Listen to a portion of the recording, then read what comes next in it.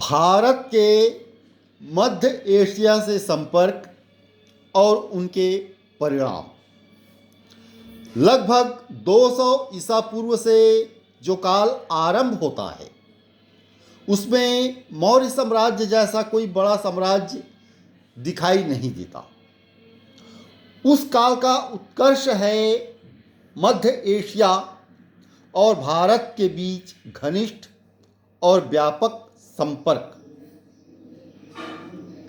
पूर्वी भारत, मध्य भारत और दक्कन में मौर्यों के स्थान पर कई स्थानीय शासक सत्ता में आए, जैसे शुंग, कण्व और सातवाहन।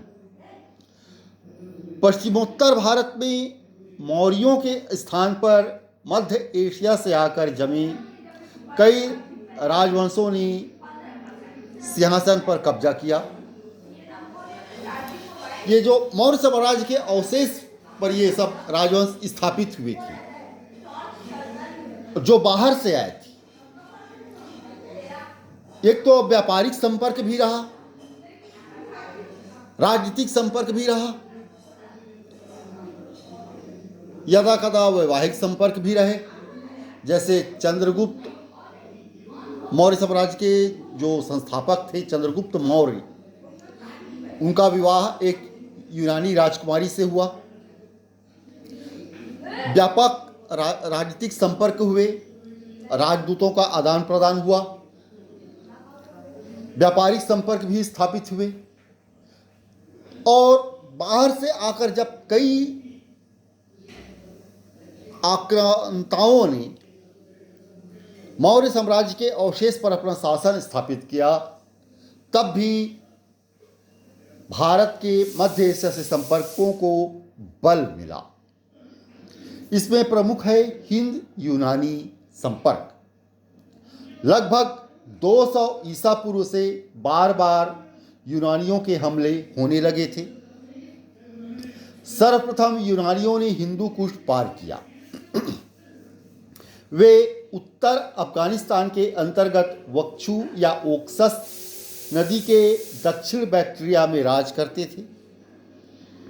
आक्रमणकारी एक के बाद एक आते रहे, परंतु उनमें से कुछ ने एक ही समय समानांतर शासन किया। आक्रमण का एक महत्वपूर्ण कारण था सिल्यूकी साम्राज्य की कमजोरी। इस साम्राज्य की स्थापना बैक्ट्रिया में और ईरान से संलग्न पार्थिया नामक क्षेत्र में हुई थी। शकों के बढ़ते हुए दबाव के कारण परवर्ती यूनानी शासक इस क्षेत्र में अपनी सत्ता जमाए रखने में असमर्थ हो गए। उधर चीन में महादीवार के बन जाने से शक लोग चीन की सीमाओं से भगा दिए गए। इसलिए उन्होंने अपना मुंह भारत की ओर घुमाया। शकों से दबकर बैक्ट्रियाई यूनानी भारत पर चढ़ाई करने के लिए मजबूर हो गए। अशोक के उत्तराधिकारी इतने कमजोर थे कि वे इस काल में आई बाह्य आक्रमणों की लहर को रोक नहीं सके। वैसे भारत सदैव आकर्षण का केंद्र रहा है। भारत की खोज, भारत आने की लालसा, इसमें राजवंश भी भारत आए आक्रमणकारी के रूप में, यहाँ शासन करने की लालसा लेकर। विदेशी यात्री भी भारत आए। तो सदैव ही भारत बाह्य आकर्षण का केंद्र रहा है।